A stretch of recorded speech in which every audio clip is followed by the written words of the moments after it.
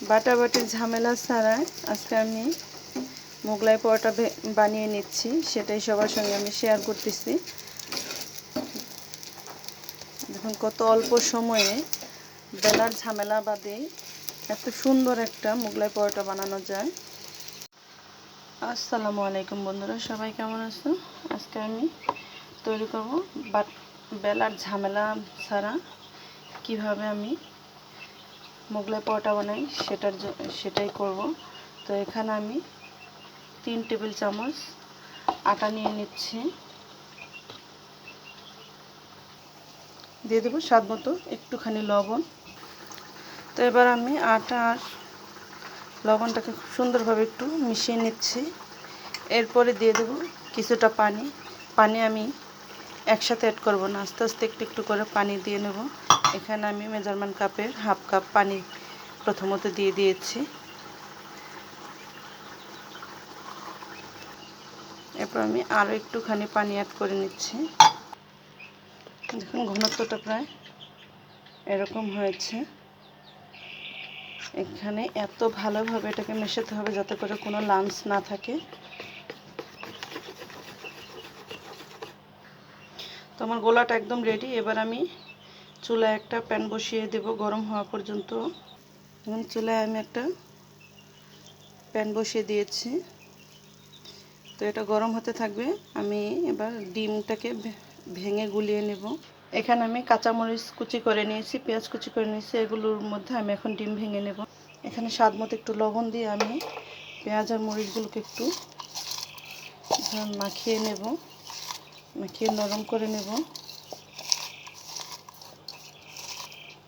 এবার এখানে 2টো ডিম ভেঙে নেব।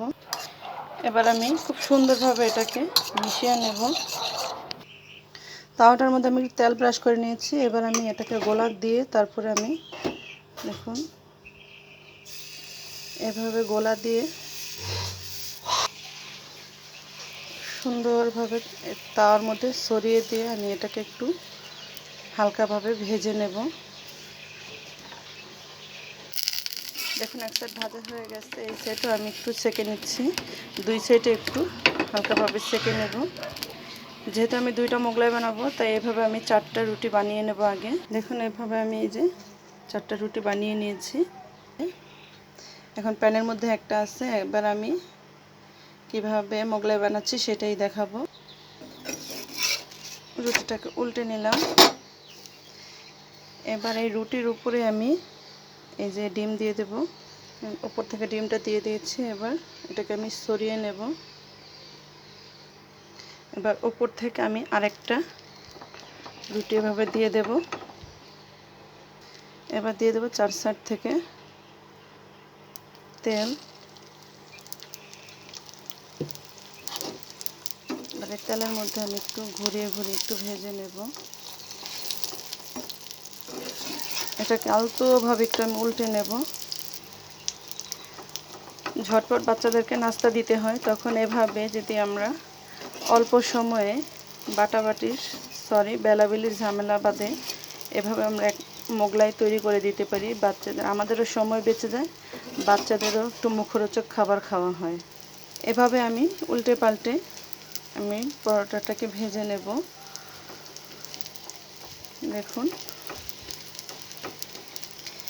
এভাবে সেম প্রসেসে আমি 2টো মোগলাই পরোটা ভেজে নেব। রুটিটাকে আমি এইভাবে কেটে নেব। দেখুন আমাদের আসলে গ্রামের মানুষ তো আমাদের তো আর এত কিছু থাকে না যে একটা পিজা কাটার দিয়ে আমরা কেটে নেব। তো আমরা পিজা কাটারের কাজেই খুন্তি দিয়ে করে নিচ্ছি। দেখুন দেখুন সুন্দর করে কেটে নিয়েছি। এবার আমি এটাকে নামিয়ে নেব। দেখুন এই সেম প্রসেসে আমরা আরও একটা মোগলাই বানিয়ে নিচ্ছি। তো আমার ভিডিওটা যদি ভালো লেগে থাকে অবশ্যই শেয়ার করে দেবেন। তো সবাই ভালো থাকবেন, সুস্থ থাকবেন, আর অল্প সময় ঝটপট এভাবে মোগলাই বানিয়ে খেতে পারলে কেমন লাগে সেই অনুভূতিটা আমাকে জানাবেন।